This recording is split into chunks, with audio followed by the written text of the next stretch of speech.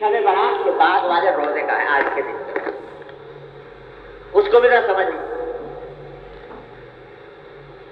سارے ذخیرے حدیث میں ایک روایت ہے روزے کی،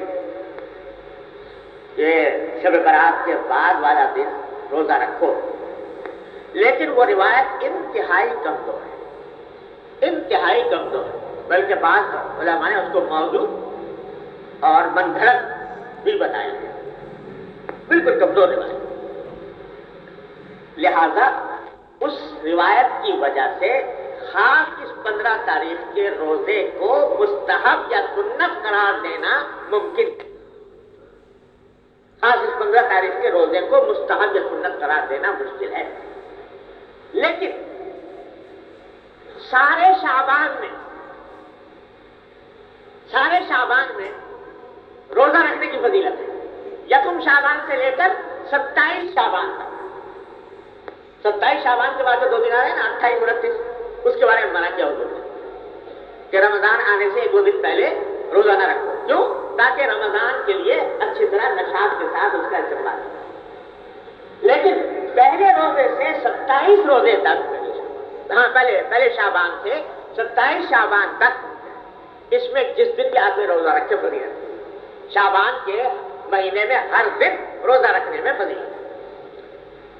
اور یہ 15 تاریخ جو ہے یہ ویسے بھی ایام 20 میں سے ہے،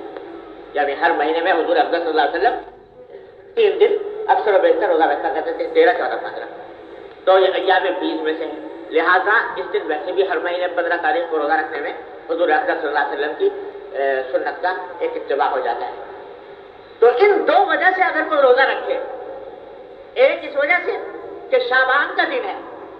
اور جنہوں نے توفیق نہیں ہوئی آج کی رات جاگے تھے چلو روزہ بھی رکھ لیں، اور آج کی رات جاگنے میں 15ویں شب بھی ہے، وہ 15ویں شب بھی ہے، تو ایام 20 میں سے بھی داخل ہے، اس واسطے روزہ رکھ لیں، انشاءاللہ موجب اجر ہوگا۔ لیکن خاص 15 تاریخ کی خصوصیت کے لحاظ سے اس روزے کو سنت قرار دینا درست نہیں، اسی واسطے فقہاء کرام نے جہاں مستحب روزوں کا ذکر کیا ہے، تو وہاں محرم کے روزے کا ذکر کیا، عرفے کے روزے کا ذکر کیا، لیکن 15 شعبان کے روزے کا ذکر الگ سے نہیں،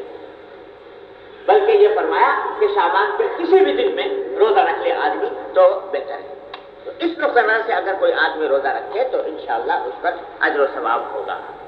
باقی خصوصیت تو جیسا میں نے عرض کیا تھا کہ ہر معاملے کو اس کی حد کے اندر رکھنا ضروری، ہر چیز کو اس کے درجے کے مطابق رکھنا ضروری۔ دین نامی حدود کی حفاظت کا ہے، اپنی طرف سے عقل لڑا کر آگے پیچھے کرنے کا نام نہیں، تو ان حدود کی رعایت کے ساتھ اگر کوئی روزہ رکھے تو بہت اچھی بات ہے، انشاءاللہ تعالیٰ اجر و ثواب ملے گا۔ لیکن اس کے بغیر اس کو باقاعدہ سنت قرار دے کر کرنے سے پرہیز کرنا چاہیے۔ یہ ہے خلاصہ شب برات اور اس کے روزے کے احکام کا۔ تو ان باتوں کو مد نظر رکھتے ہوئے عمل کیا جائے